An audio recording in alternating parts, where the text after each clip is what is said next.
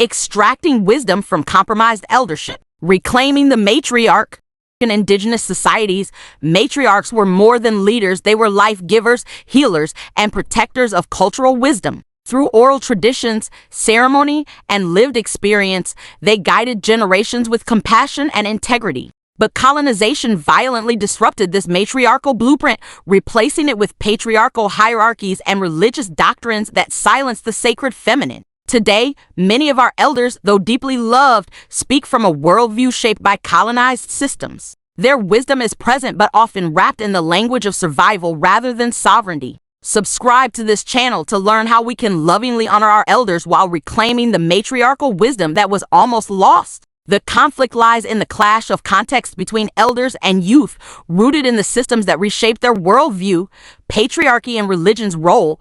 Colonization replaced matrilineal systems with patriarchal structures, branding women's spiritual and cultural power as pagan or savage. Elders inherited values of shame, submission, and suppression, which now influence their guidance. Compromised eldership. Many elders, though wise, speak from a framework shaped by survival under colonization. Their concepts of tradition and respect often conflict with the evolving identities and realities of younger generations. The communication gap. When elders critique modern expressions such as clothing, identity, or relationships, it can feel like rejection or judgment. The wisdom they offer is often overshadowed by the colonized lens through which it's delivered, creating tension between generations. How do we extract the gold of their wisdom while leaving behind the gravel of colonial influence? The turning point begins with learning to honor the essence of their wisdom while dismantling the distortions. Separate the essence from the expression. Beneath their words lies a deeper message.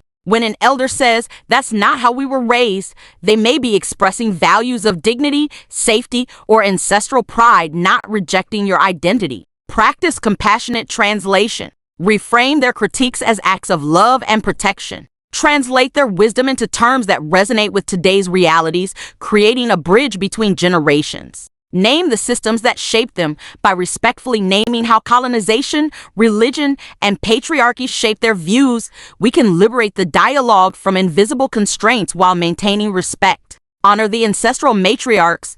If current elders cannot hold space for your truths, seek guidance from pre-colonial matriarchal wisdom through research, oral traditions, and spiritual practices. This is not about rejecting our elders, it's about lovingly disrupting the colonial codes they inherited. As we reclaim matriarchal wisdom, the transformation begins.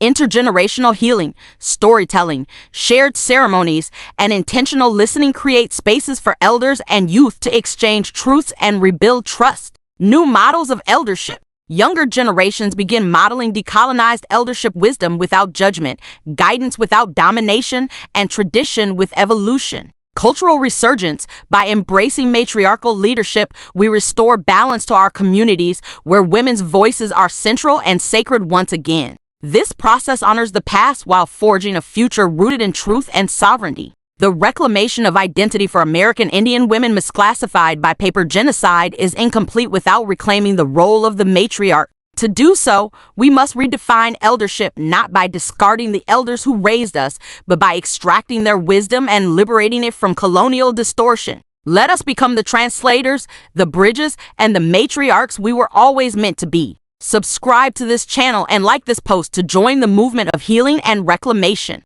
Together, we will honor our elders, reclaim our matriarchal wisdom, and create a future that walks in truth. The return of the matriarch begins with us. Will you answer the call?